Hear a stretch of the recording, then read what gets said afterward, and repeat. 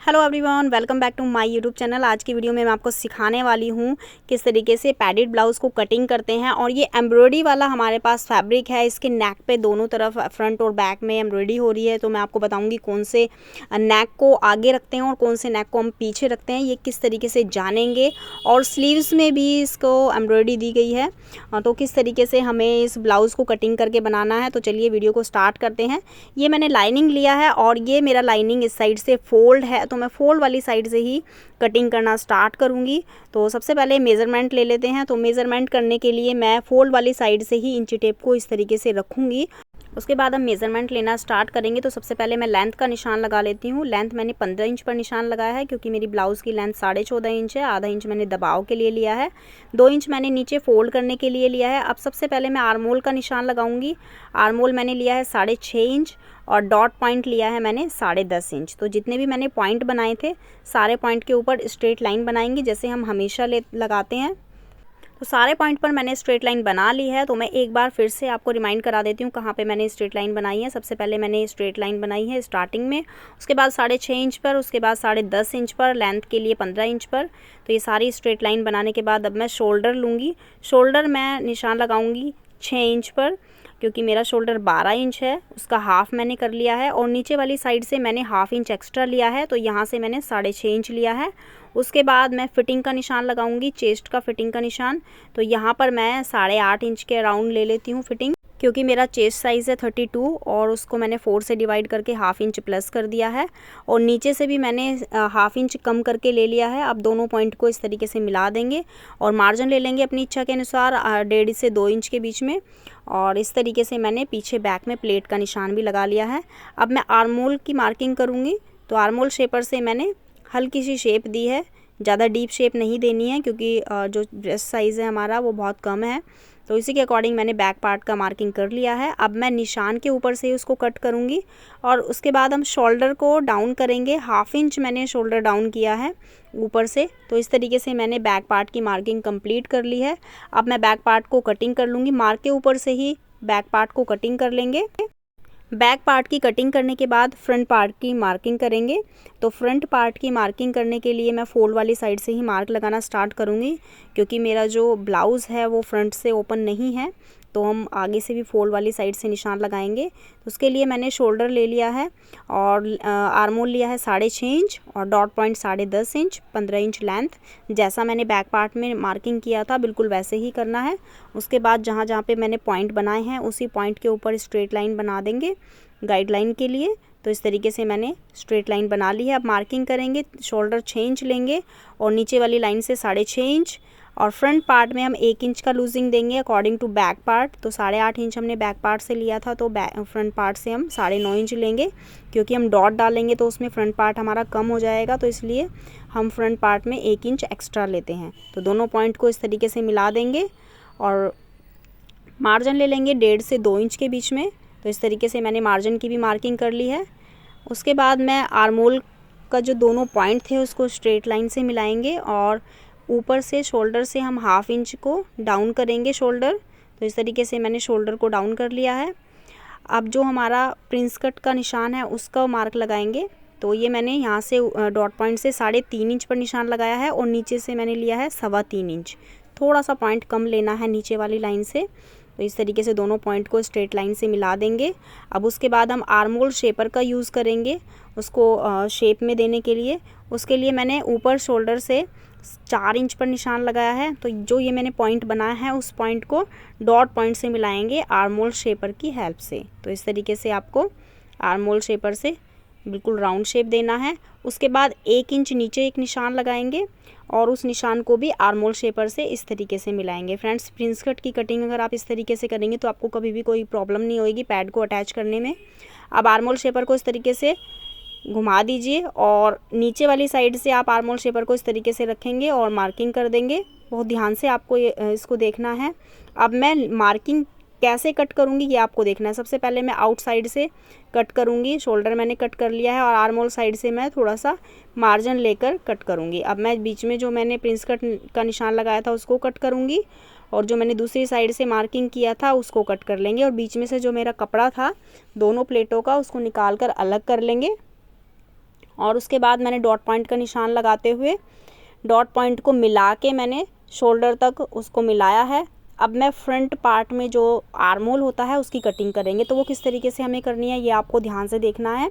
तो सबसे पहले मैंने आर्मोल शेपर को इस तरीके से सेट किया है कि हमारे जो आर्मोल है वो बिल्कुल अच्छे से कट हो जाए, उसमें कहीं भी कोई झूल नहीं आए और बहुत अच्छे से उसकी मार्किंग हो जाए। तो इस तरीके से आपको आर्मोल शेपर को रखना है। आर्मोल शेपर को रख के किस तरीके से आपको प्रैक्टिस करनी है वो आपको रफ़ पे करनी पड़ेगी, क्योंकि आप फेयर पे डायरेक्ट नहीं काटिएगा, क्योंकि मेरे को तो प्रैक्टिस है तो मैंने इसलिए कटिंग कर लिया है। तो ये मैंने फ्रंट पार्ट में हर एक चीज़ दो दो कटिंग किए हैं, क्योंकि मैं पैड अटैच करूँगी तो एक पार्ट मुझे पैड अटैच करने के लिए चाहिए।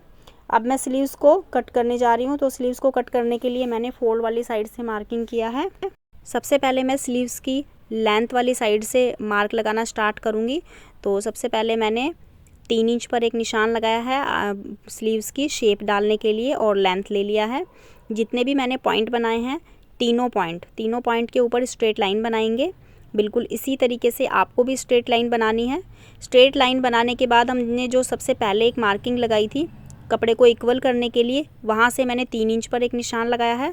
उसके बाद मैंने आर्मोल वाली साइड, जहाँ पर हमारी जो आर्मोल की शेप होती है बाजू की, वहाँ पर मार्किंग करेंगे। तो ये मैंने ले लिया है 6 इंच मैंने आर्मोल लिया है और उसको दोनों पॉइंट को इस तरीके से मिला दिया है। अब मैं स्लीव्स की जो फिटिंग है उसका मार्क लगाऊंगी। तो फिटिंग का निशान मैंने 4.5 इंच पर लिया है, क्योंकि बहुत स्लिम है वो। 32 वेस्ट के अकॉर्डिंग हम बना रहे हैं, चेस्ट के अकॉर्डिंग। तो ये मैंने जो मार्जिन है वो ले लिया है 2 इंच का और स्लीव्स को कट कर दिया है। अब स्लीव्स के आगे वाली जो शेप है फ्रंट वाली आर्मोल की, वो हम डालेंगे और उसके बाद हम स्लीव्स को रेडी कर लेंगे। तो स्लीव्स को रेडी करने के लिए जो हमारा एम्ब्रॉयडरी वाला जो पीस है उसी के ऊपर हमें बिल्कुल वैसे ही स्लीव्स को रखना है और उसको चारों साइडों से कच्चा कर देना है। तो स्लीव्स को कच्चा करके हम स्लीव्स को रेडी कर लेते हैं। तब तक हम दूसरा कपड़ा कटिंग कर लेते हैं। तो ये मैं फ्रंट पार्ट की कटिंग करूँगी। तो ये जो मैंने लाइनिंग कट किया था उन लाइनिंगों में से एक एक पीस निकालेंगे, तो दोनों साइडों में रखेंगे और एक सेंटर पे रखेंगे। एम्ब्रॉयडरी का आपको ध्यान रखना है, एम्ब्रॉयडरी बिल्कुल इक्वल होनी चाहिए, सेंटर से मिला के आपको कच्चा करना है। एम्ब्रॉयडरी के अकॉर्डिंग हम सारे पीस को, तीनों पीसों को फ्रंट वाले पार्ट के कट कर लेते हैं। तो ये मैंने तीनों पीस को कट कर लिया है। अब मैं उसको कच्चा करके रेडी कर लूँगी। तब तक मैं बैक वाले पार्ट की कटिंग कर लेती हूँ। तो बैक वाले पार्ट को इस तरीके से सबसे पहले फ़ोल्ड कर लीजिए और जो बैक पार्ट था लाइनिंग वाला उसको भी फोल्ड कर लेंगे और उसी को रख के हम कट कर लेंगे। उसके बाद बैक पार्ट को रेडी कर लेंगे चारों साइडों से कच्चा करके। ये देखिए मैंने पूरा रेडी कर लिया है। अब ये मैं प्लेट डाल लेती हूँ बैक की, और जो गला है उसके किनारे पर हम एक सिलाई लगाएंगे और उसके बाद हम पूरा गला बनाकर रेडी कर लेंगे। तो गला रेडी करने के लिए मैं पेस्टिंग को पेस्ट कर लेती हूँ, चिपका लेती हूँ प्रेस से। फिर उसके बाद जो कपड़ा हमने पेस्ट किया था वो हम गले पर बिठाएंगे। तो फ्रेंड्स इसकी वीडियो भी मैंने सेपरेट बनाई है, उस वीडियो का लिंक मैंने डिस्क्रिप्शन में डाल दिया है, आप वहाँ पर जाकर देख सकते हैं। तो मैंने गले के जो किनारी है उसके ऊपर मैंने पूरा अच्छे से सिलाई लगा दी है। अब जो मैंने पेस्टिंग वाला कपड़ा पेस्ट किया था उसको हम इस तरीके से नीचे रखेंगे, सीधे वाली साइड ऊपर रखेंगे और जो हमारा पीस है उसमें सीधे की साइड नीचे की तरफ रखेंगे और बिल्कुल किनारे पर सिलाई लगाएंगे। तो इस तरीके से गले के किनारे पर मैंने सिलाई लगा दी है। अब उसको हम 1/2 इंच का मार्जिन छोड़कर उसको कच्चा कर लेंगे और जो हमारा कपड़ा है एक्स्ट्रा चारों तरफ सिलाई लगा देंगे और जो एक्स्ट्रा हमारी पेस्टिंग है उसको बिल्कुल इक्वल रख के कट कर लेंगे। तो इस तरीके से मैंने पेस्टिंग इक्वल कर ली है और गले के पेस्टिंग को जो हमारी किनारी वाली साइड है उसको इस तरीके से फोल्ड करके गले की जो पेस्टिंग है उसको अंदर की साइड फोल्ड कर देंगे और बैक पार्ट पूरा रेडी कर लेंगे। तो इस तरीके से मैंने पूरा बैक पार्ट रेडी कर लिया है। गला भी हमारा रेडी हो गया है और हमने बैक की प्लेट भी डाल ली है। अब फ्रंट पार्ट को रेडी करते हैं। फ्रंट पार्ट को रेडी करने के लिए जो हमारे पीस थे उनको मैंने कच्चा तो कर लिया है। अब मैं उन दोनों पीस को इसमें अटैच करूँगी। तो किस तरीके से करना है, लेफ़्ट साइड वाला लेफ़्ट साइड की ओर जॉइंट करना है और राइट साइड वाला राइट साइड में जॉइंट करना है। तो एक बार मैं आपको बता देती हूँ कि इस तरीके से आपको बिल्कुल डॉट पॉइंट मिलाकर दोनों पीस के तब उसको एक दूसरे में अटैच करना है। तो दोनों साइडों में अटैच कर लेंगे और जो हमने दूसरी लाइनिंग कट की थी उस दूसरी लाइनिंग में भी हम सेम इसी तरीके से अटैच करेंगे। तो इस तरीके से मैं दोनों पीसों को अटैच करके आपको दिखा देती हूँ। सेम इसी तरीके से लाइनिंग को मैंने अटैच कर लिया है, आप देख सकते हैं। अब इस लाइनिंग में मैं पैड को अटैच करूँगी। ये मोस्ट इम्पॉर्टेंट है कि आप आज की इस वीडियो में आप पैड अटैच करना भी सीख लेंगे। तो सबसे पहले पैड को इस तरीके से फोल्ड कर लीजिए और उसका जो सेंटर पॉइंट है वो निकाल लेंगे। तो दोनों पैड को मैं इसी तरीके से कर लेती हूँ। सबसे पहले पैड को फोल्ड करके दोनों पैड में जो हमारा सेंटर पॉइंट है वो निकालना है। अब उसके बाद जो हमारा कपड़ा है जो हमने अटैच किए थे पीस, उसमें हम डॉट पॉइंट पे बिल्कुल उसको अटैच करेंगे और रोल पिन से उसको सेट कर देंगे। बिल्कुल वैसे ही हम दूसरे पैड को भी अटैच करेंगे। जो हमारे पैड का सेंटर है और जो हमारे पीस में डॉट पॉइंट हमने लिया था, उन दोनों मार्किंग को इस तरीके से ऑल पिन से अटैच कर लेंगे। तो हमारे जो पैड हैं वो हिले डुलेंगे नहीं।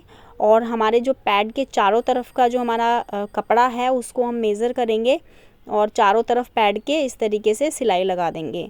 तो दोनों साइडों में मेज़र कर लेंगे कि इक्वल है या नहीं है, और नीचे वाली साइड भी और ऊपर वाली साइड भी।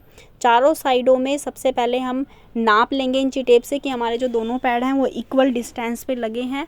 कहीं ऐसा ना हो कि एक पैड ऊपर अटैच हो जाए और एक पैड नीचे अटैच हो जाए। तो जब आपका पूरा सेटिस्फेक्शन मिल जाए आपको कि हमारा पैड बिल्कुल अच्छे से अटैच हो गया है, तब उसके बाद हम जो मेन हमारा फैब्रिक है, मेन जो हमारा पीस है ब्लाउज़ का, उसको हम उसके ऊपर रख के चारों तरफ से कच्चा कर लेंगे और सिलाई लगा देंगे। तो कच्ची सिलाई हमें लगानी है ताकि हमारे पीस में कोई झोल आ रहा हो तो वो भी हम झोल उसको ठीक कर सकते हैं आयरन की हेल्प से। तो ये चारों तरफ मैं सिलाई लगा लेती हूँ। चारों तरफ सिलाई लगाने के बाद मैंने ये पूरा पीस रेडी कर लिया है। अब पूरा पीस रेडी करने के बाद आप देख सकते हैं कि मेरा जो पैड है वो इस फ्रंट वाले पार्ट में अटैच हो गया है। उसके बाद जैसे बैक पार्ट का गला हमने बनाया है, बिल्कुल वैसे ही पेस्टिंग के ऊपर हम फ्रंट पार्ट का भी गला बनाएंगे। तो गले के जो हमने सिलाई लगाई है गले के ऊपर, उसी के ऊपर सिलाई लगा देंगे और उस गले की पेस्टिंग को बिल्कुल उसी तरीके से फोल्ड कर लेंगे। तो आप देख सकते हैं कि मेरा जो फ्रंट पार्ट है वो रेडी हो गया है। नीचे का जो हमारा मार्जिन है उसको भी हम फ्रंट पार्ट के अकॉर्डिंग बिल्कुल इसी तरीके से फोल्ड कर लेंगे। और उसके बाद मैं जो शोल्डर है उसको जॉइंट करूँगी। तो शोल्डर का जो बैक पार्ट की पेस्टिंग है उसको हम आगे की तरफ मोड़ेंगे और तब हम उसके ऊपर सिलाई लगाएंगे, और दूसरी साइड से भी इसी तरीके से, ताकि हमारा जो शोल्डर है वो पूरा अच्छे से लॉक हो जाए। और उसी के बाद हम साइड से फिटिंग का निशान लगाएंगे। तो जो मैंने निशान लगाया था फिटिंग का, उसी निशान के ऊपर हमें सिलाई लगानी है और दोनों साइडों से उसको स्टिच कर देना है। तो अब हमारी ब्लाउज़ का जो पीस है वो रेडी हो गया है, सिर्फ हमारी स्लीव्स अटैच करना बाकी है। तो अब मैंने स्लीव्स को भी रेडी कर लिया था, सिर्फ हमें स्लीव्स को अटैच करना है अपनी ब्लाउज़ में। तो इस तरीके से मैं आपको एक बार रख के समझा देती हूँ कि किस तरीके से आपको स्लीव्स को रख के अटैच करना है। फ्रंट वाले जो हमारे पार्ट हैं दोनों को एक दूसरे में अटैच करना है।